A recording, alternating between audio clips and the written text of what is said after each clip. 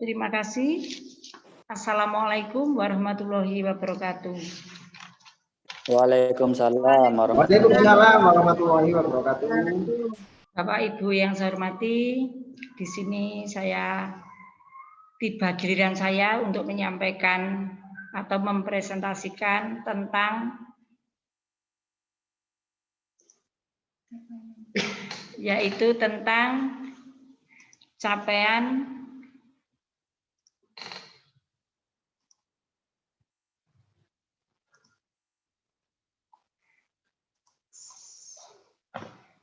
capaian pembelajaran. Yang pertama bahwa ruang lingkup dari capaian pembelajaran yaitu A. Ruang lingkup capaian pembelajaran. B. Keterkaitan capaian pembelajaran dengan tujuan pembelajaran. Next. Apa itu capaian pembelajaran? Nah, yang dimaksud dengan capaian pembelajaran adalah bahwa capaian pembelajaran dikenal juga dengan istilah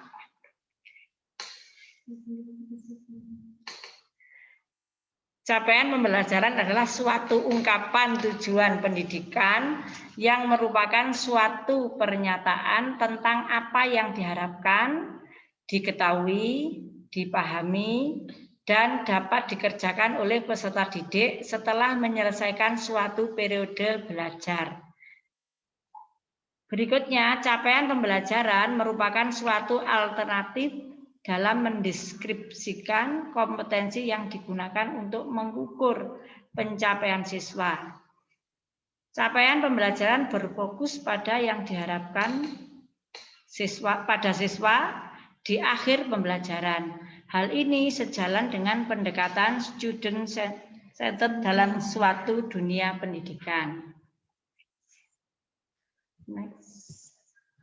Adapun tujuan capaian pembelajaran adalah tujuan capaian pembelajaran PAUD misalnya, yaitu bertujuan capaian pembelajaran di PAUD adalah memberikan arah yang sesuai dengan usia, perkembangan anak, yaitu nilai agama, fisik, motorik, emosional, bahasa, dan kognitif, agar anak siap mengikuti jenjang pendidikan selanjutnya.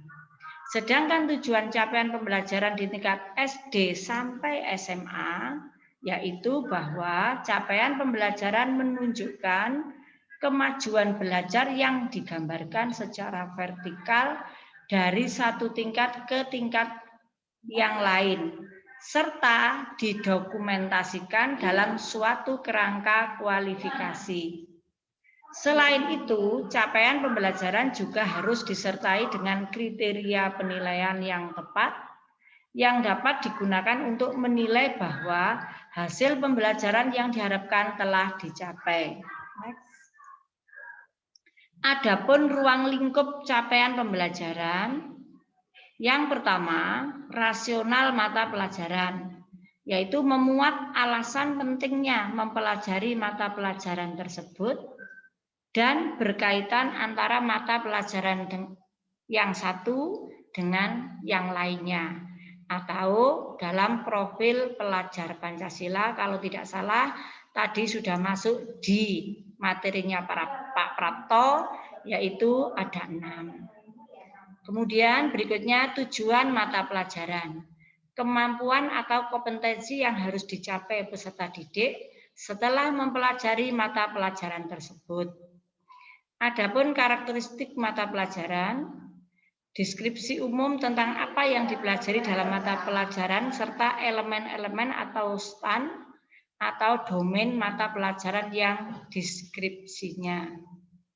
Capaian pembelajaran setiap fase, deskripsi yang mencakup pengetahuan, keterampilan, serta kompetensi umum. Capaian pembelajaran setiap fase, bahwa capaian pembelajaran dibagi setiap fase yang bertujuan untuk membagi konsentrasi di setiap kebutuhan pembelajaran siswa dan dapat memfokuskan pembelajaran siswa agar mendapat capaian akhir yang maksimal. Hal ini sesuai dengan konsep pembelajaran teaching of the right level, agar materi yang disampaikan dan yang diterima siswa sesuai dengan tingkatan kemampuan siswa. Misalnya kelas 1 tentu berbeda dengan kelas 6. Nah, sekarang tata letak atau judul dan konten dengan smart art. Fase dalam capaian pembelajaran. Fase A tingkatannya adalah kelas 1 sampai kelas 2 dan kelas 2. Fase B itu adalah kelas 3 dan kelas 4. Fase C jenjangnya kelas 5 dan kelas 6. Fase D itu untuk jenjang SMP yaitu kelas 7, 8 dan kelas 9. Sedangkan fase E adalah kelas 10. Jadi setingkat dengan SMA ya Bapak Ibu. Dan fase F yaitu kelas 11 dan kelas 12. Sedangkan untuk SLB, jadi tidak hanya untuk SD yang normal ya Bapak Ibu. Untuk SLB capaian pembelajaran didasarkan pada usia mental yang ditetapkan berdasarkan hasil asesmen. Suatu contoh, fase A untuk SLB itu adalah tingkatannya 7 tahun. Fase B itu kurang lebih untuk anak usia 8 tahun.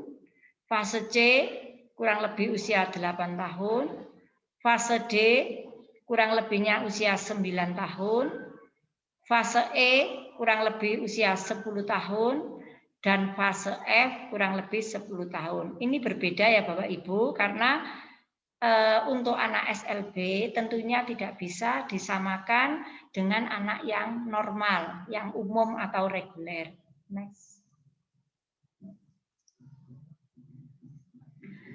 Peranan pencapaian pembelajaran dalam tingkat pencapaian siswa. Peranan capaian pembelajaran dalam tingkat pencapaian siswa adalah sebagai acuan deskripsi keberhasilan anak dalam mempelajari suatu hal. Dalam kata lain, sebagai titik ukur pencapaian siswa dalam proses pembelajaran.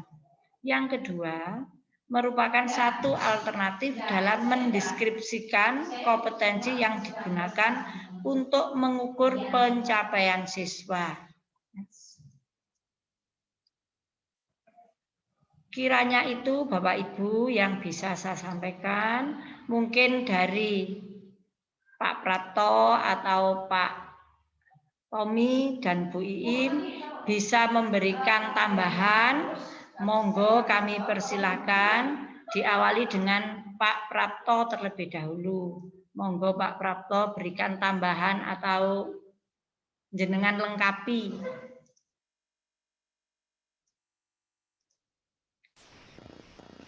Terima kasih Bu Pre untuk fase-fase pembelajaran yang kita laksanakan khususnya di jenjang sekolah dasar, mulai fase A, fase B, fase C tadi sudah dijelaskan oleh Bu Pre, sehingga kita sebagai pendidik akan memahami dan mengetahui bahwa kita di dalam fase A sampai C itu kita mempunyai tahap-tahap yang berbeda. Dengan adanya atau penjelasan yang dijelaskan oleh Bu Pri tadi, sehingga kita bisa tahu untuk pencapaian kita dalam mengajar demi keberhasilan kita dan anak-anak. Terima kasih Ngoten mawon Bu Pri. Prapto, karena memang sudah dibagi sehingga tidak mungkin kelas 1 dengan kelas 3 itu nanti memberikan materi yang sama. Oke. Monggo mungkin dilanjutkan dengan yang lainnya Pak Tommy untuk memberikan tambahan Pak Tommy, monggo.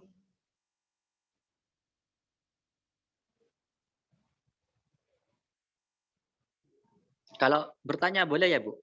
Boleh. Ya, terima kasih Bu Pre. Ini yang saya mau tanyakan tentang siswa yang ABK. Nah, di sekolah saya tuh ada siswa yang ABK. Itu masuk di kelas 3. Nah, tapi umurnya itu sudah tua, Bu. Nah, itu dikategorikan masuk ke dalam fase yang mana ya? Kalau yang umurnya sudah melebihi dari kelas 3 lah. Umumnya kan kalau kelas 3 ditentukan di fase B. Kalau yang ABK itu masuk yang mana ya? Soalnya kan tidak ada keterangannya di situ. Terima kasih Pak Tommy. Kami akan menjawab semampunya. Kalau nanti misalnya ada kekurangan, mungkin teman-teman yang lain bisa menambahkan. Karena yang terjadi pada siswa panjenengan adalah ABK, tentunya anak itu berkebutuhan khusus. Sebenarnya harus tersendiri Pak, tidak masuk di dalam kelas reguler. Karena apa? Kemampuannya tentu berbeda. Karena usianya juga sudah tua. Tua itu berapa Pak Tommy? Usianya biasanya kelas 6 biasanya, Bu. Sebenarnya Umur kelas berapa 6. ya? Kelas 12. 12 tahun 12 biasanya ya Pak ya. Nah, di tempat Pak Tommy 12 ada tahun. guru inklusi Pak? Punya Ada, Bu. guru inklusi? Ada. Guru pendampingnya ada. Oh, ada. Oke, ada. Seharusnya kalau memang anak itu berkebutuhan khusus, harus yang mengajar adalah guru yang punya keahlian khusus juga, Pak. Karena kalau disamakan dengan yang reguler juga kasihan. Kasihan yang reguler jadi ikut lambat, atau yang berkebutuhan khusus, kebutuhannya kurang tercukupi. Nah, kalau di sini menurut fasenya itu fase F, khusus untuk anak yang SLB atau ABK. Demikian, kalau iya. mohon maaf, mungkin yang lain bisa membantu. Oke. Terima kasih, Bu. Oke, sudah cukup. Ada keterangannya ya. 10 ke atas. Oke, cukup. Terima kasih.